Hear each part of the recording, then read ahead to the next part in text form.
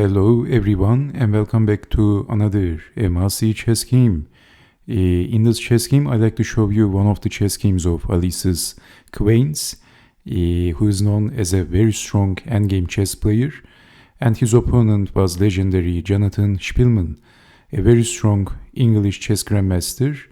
So this chess game was played in 2002 in the Bled Olympiad. So let's see what happened in this chess game.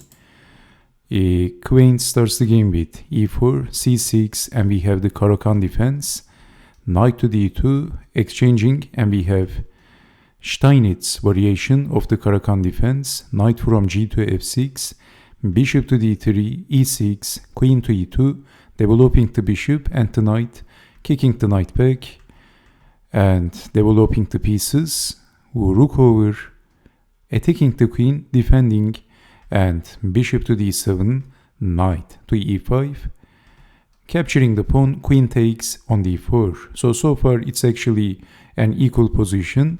Capturing the bishop, knight takes on c6, b takes on c6.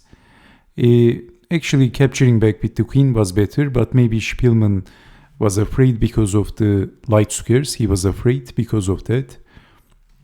So b takes on c6 and queen to h4. King to e7. In this position black can't castle. Can you see why black can't castle?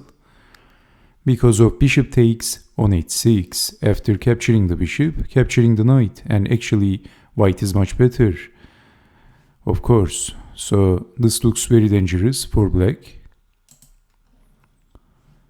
King to e7, but this also doesn't look so exciting for black. g3, rook over, bishop to d2, developing the bishop, and rook to e2, rook down, queen to h3, and doubling the rooks. Actually, in this position, I think Speelman made a mistake. Instead of doubling the rooks, rook back, rook to d5 should have been considered. It would be a prophylactic move. But in this position, doubling the rooks, and actually white has a very strong move in this position. Can you see what did Jonathan Speelman, the very strong chess grandmaster from England, missed? So can you see what white can play here? It is white to move. That is of course bishop to c3. So after defending the rook, simply capturing the knight. And we have g takes on f6 and then capturing the pawn, and white is a pawn up. But in this position, if king takes on f6, then we have check, and if blocking with the pawn, then capturing the pawn, and this is also losing for black. White is much better. So in this position, after king takes, queen check, if blocking with the rook, then king over, and then pushing the f-pawn is next. And that is also losing, so pinning the rook, and that doesn't look very safe for black. So okay. Let's check out what happened in the real chess game. Bishop takes on f6, damaging the pawn structure, and then capturing on h6. So white is better. Of course, white is a pawn up, but how to continue? Of course, you have to play precise.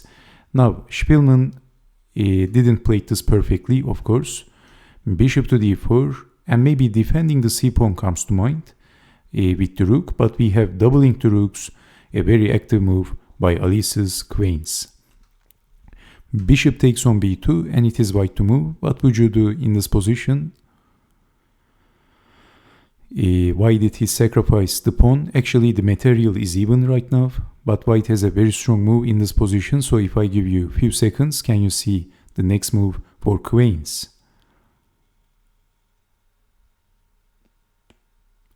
Okay, so the move is rook takes on e6, kaboom. Did you see this move? So after capturing the rook, what else? Kveinys played queen to g7, king goes down, and what next? So this is skewering the king, this is skewering the king and the queen, so defending the queen, but then rook takes on e6, a beautiful defender elimination move, and then capturing the queen. And in this position, white has many threats. Okay, black has two rooks, white has the queen, so usually two rooks is not bad against one queen. But on the other hand, white is also threatening bishop to c4, queen takes on c6, and queen takes on a7. I think bishop to c4 is the major threat. So Speelman played rook from 5 to d6, and then simply bishop check, king goes down, checking the king, and planning to hunt the king. Bishop goes back, not rushing for capturing the pawns, and dragging the king down. And can you see the threat in this position? We have king to c3. Let's play a defensive something else, something like rook from 8 to d7, defending the a pawn. What would you do in this position? It is white to move and win. The move is queen to e3 is getting checkmated. So black is getting checkmated in this position. Okay, so this is the threat. So king goes down, defending, and then capturing the pawn. Bishop goes down, and queen to c5, king to b2. Now, I told you that Kveinys is known as a very strong endgame chess player, and all of his moves are so precise in this chess game, and he's also step by step he's improving the position, and all of his pieces are so accurate. So we have bishop to c4 by Aloyzas Kveinys. So in this position, queen to b4 is looking very unpleasant for black, and we have bishop to d2. So let's check out what happens if king takes on c2, then bishop to b3, a beautiful move. What else? And then check and winning the piece. So this is actually sacrificing the pawn for winning the piece. This is why we have bishop to b2, also defending on b4, and then a4, now pushing the pass pawn. King takes on c2, bishop to d5, and then capturing the pawn. And now in this position, actually white has 3 extra pawns. So this is actually losing. Check, and checking the king, and then pushing the pawn, and also defending. So rook over, check, and then checking the king, and then pushing the pawn again. As you can see, all of his moves are very accurate, very precise check, checking the king, a very precise chess. So queen to d2, king to b3, and then bishop to d5, king to a4, queen to c2, king to a5, checking the king, sacrificing the pawn, and we have king takes on a6. And let's check out what happens if bishop to b6. Of course, if blocking with the rook, that's the rook is pinned and we can push the pawn. But if bishop to b6, it is white to move and win. What would you do in this position?